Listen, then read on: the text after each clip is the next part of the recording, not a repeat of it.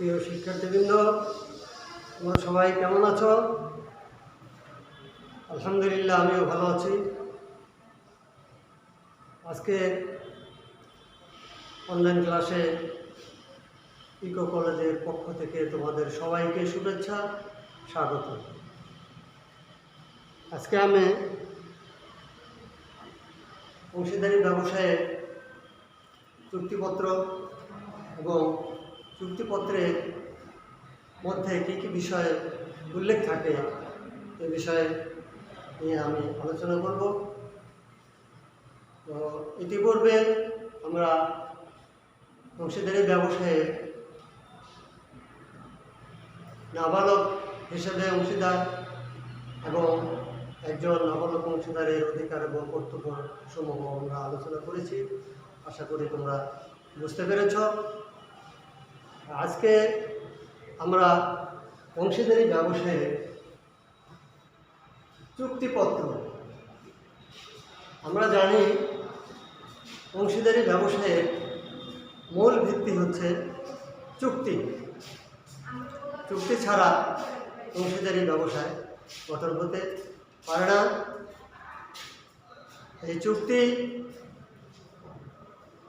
লিখিত হতে পারে, অলিখিত হতে পারে, লিখিত এবং নিবন্ধিত হতে পারে। তবে চুক্তি লিখিত হওয়াই ভালো। লিখিত হলে এটি একটি প্রমাণ থাকে। পরবর্তীতে যদি ব্যবসায়ী অংশীদারদের মধ্যে যদি কোনো রকম ভুল বোঝাবুঝি হয়ে থাকে, তাহলে এই ভুল বোঝাবুঝি বা তাদের মধ্যে এই ভুল বোঝাবুঝির কারণে ঝগড়াঝাঁটি হতে পারে। এই জন্য এই ভুল বোঝাবুঝি বা ঝগড়াঝাঁটি নিরসনের জন্য অংশীদারি ব্যবসায়ের চুক্তিপত্র লিখিত হওয়ায় বাঞ্ছনীয়। লিখিত হলে সবচেয়ে ভালো হয়। তবে লিখিত অংশীদারি চুক্তিপত্র আবার নিবন্ধিত হতে পারে। অবশ্য অংশীদারি চুক্তিপত্র নিবন্ধিত হওয়াটা বাধ্যতামূলক নয়, তবুও নিবন্ধিত হতে হলে কিছু সুবিধা পাওয়া যায়। যাই হোক, এই বিষয়ে আমরা পরবর্তীতে নিবন্ধিত হওয়ার সুবিধা অসুবিধা বা নিবন্ধিত না হলে কি এর ফলাফল কী হয় এই বিষয় নিয়ে আমরা আলোচনা করব পরবর্তীতে। তবে অংশীদারি ব্যবসায়ের এই চুক্তিপত্র বলতে কী বুঝি? তাহলে আমরা জানি যে আইনের দ্বারা বলবৎযোগ্য সম্মতিকে বলা হয় চুক্তি। এই আইনের দ্বারা বলবৎযোগ্য সম্মতি হচ্ছে চুক্তি। এই চুক্তি মৌখিক, লিখিত এবং লিখিত নিবন্ধিত হতে পারে। এই চুক্তি অংশীদারি ব্যবসায় আমরা জানি চুক্তি হচ্ছে অংশীদারি ব্যবসায়ের মূল ভিত্তি। চুক্তি ছাড়া অংশীদারি ব্যবসায় গঠিত হতে পারে না। যাই হোক, আমরা মোটামুটি চুক্তি নিয়ে আলোচনা করলাম। তোমরা বুঝতে পেরেছ, চুক্তি অংশীদারি ব্যবসায়ের মূল ভিত্তি। চুক্তি লিখিত হতে পারে, অলিখিতও হতে পারে, মৌখিক হতে পারে, বা চুক্তি লিখিত চুক্তি আবার নিবন্ধিতও হতে পারে।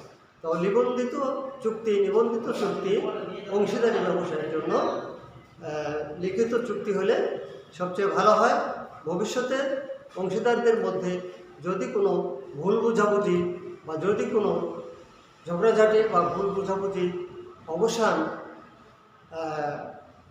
হওয়ার জন্য বা ভুল বোঝাবুঝি বা ঝগড়াঝাঁটি থেকে উত্তরণের জন্য অংশীদারি কারবার বা অংশীদারি কারবারের চুক্তিপত্র লিখিত হওয়ায় বাঞ্ছনীয়।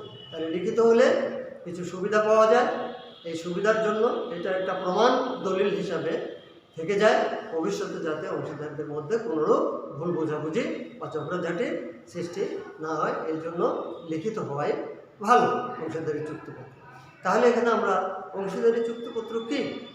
অংশীদারি চুক্তিপত্র হচ্ছে অংশীদারদের চুক্তির বিষয়বস্তু, অংশীদারদের চুক্তির বিষয়বস্তু যে দলিলে লিপিবদ্ধ করা হয় তাকে বলা হয় অংশীদারি চুক্তিপত্র। অর্থাৎ অংশীদারি ব্যবসায়ে অংশীদারদের চুক্তির বিষয়বস্তু যে দলিলে লিপিবদ্ধ করা হয় তাকে বলা হয় অংশীদারি চুক্তিপত্র। তাহলে অংশীদারি চুক্তিপত্র কি তোমরা বুঝতে পারলে যে অংশীদারদের চুক্তির বিষয়বস্তু যে দলিলে লিপিবদ্ধ করা হয় তাকে বলা হয় অংশীদারি চুক্তিপত্র। তা অংশীদারি ব্যবসায়ের চুক্তির বিষয়বস্তু যে দলিলে লিপিবদ্ধ করা হয় তাকে বলা হয় অংশীদারি চুক্তিপত্র। তাহলে অংশীদারি চুক্তিপত্রে কি কি বিষয় উল্লেখ করা হয়?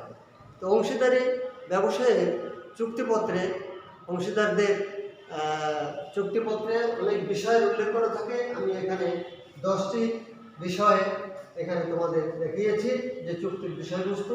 এখানে 1 থেকে 10 পর্যন্ত চুক্তির বিষয়বস্তু অংশীদাররা চুক্তিপত্রে বিভিন্ন বিষয়ে উল্লেখ করতে পারে। এখানে আমি 10টি চুক্তিপত্রের বিষয় সম্পর্কে উল্লেখ করি।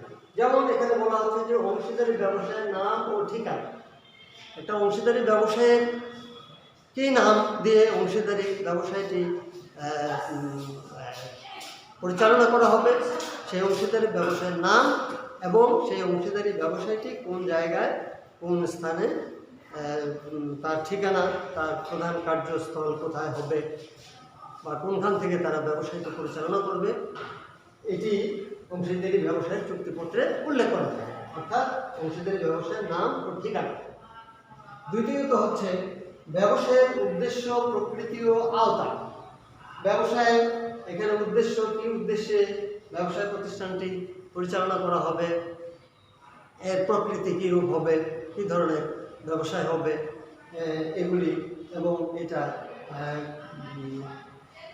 কী ধরনের কার্যক্রম পরিচালনা করবে এই বিষয়গুলি এখানে উল্লেখ করা হয়। ব্যবসায়ের উদ্দেশ্য, প্রকৃতি এবং আওতা এই বিষয়বস্তুর মধ্যে উল্লেখ করা হয়। ব্যবসায়ের কার্যক্রম বিস্তৃতির বর্তমান ও ভবিষ্যৎ সম্ভাব্য এলাকা। অর্থাৎ অংশীদারি ব্যবসায়টি কোন কোন জায়গায় এর বিস্তৃতি হবে, অর্থাৎ বাংলাদেশের সমগ্র বাংলাদেশে এর বিস্তৃতি হতে পারে এবং ভবিষ্যতে এর সম্ভাব্য এলাকা, আর বাংলাদেশের কোন জায়গায় কোন জায়গায় এই ব্যবসায়টি পরিচালিত হবে এবং ভবিষ্যতে এর বিস্তৃতির পরিমাণ হয়তো আরও বাড়াবে কিনা, বাড়াতে পারবে কিনা এই বিষয়ে উল্লেখ করা থাকে। বর্তমানে ব্যবসায়ের কার্যক্রম বিস্তৃতির বর্তমান ও ভবিষ্যৎ সম্ভাব্য এলাকা। অর্থাৎ ব্যবসায়ের কার্যক্রম কোথায় কোথায় চলবে, কোন কোন এলাকায় কোন জায়গায় এটা বিস্তৃতির পরিমাণ এখানে উল্লেখ করা থাকে এবং ভবিষ্যতে এই বিস্তৃতির পরিমাণ যদি আরও বাড়াতে হয় তাহলে সেই বিষয়টাও এখানে উল্লেখ করতে হয়। তিনি বলছেন যে ব্যবসায়ের কার্যক্রমে বিস্তৃতির বর্তমান এলাকা এবং ভবিষ্যৎ সম্ভাব্য এলাকার কোথায় কোথায় হবে এগুলি উল্লেখ করা। তারপরে তোমার এখানে অংশীদারি ব্যবসায়ে